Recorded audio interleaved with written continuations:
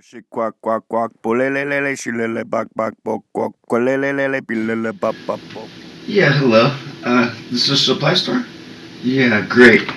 I was calling because it says here on the computer, well, I went to Popular Mechanics and they said that you could brew beer.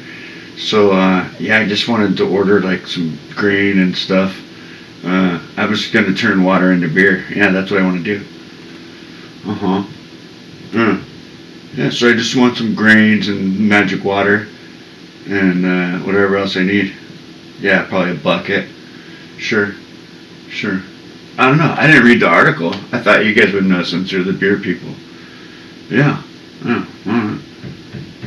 So, okay. $1,600. How much beer will that make? Uh huh. That's not very much beer for that kind of money. Oh, I see. The magic water is the expensive part. Yeah. Well, that makes sense. Yeah. It's imported. Oh, dang. I guess that's where they make the big bucks. Well, all right. I guess I'll have to call you back. Thanks. Damn, that magic water is expensive.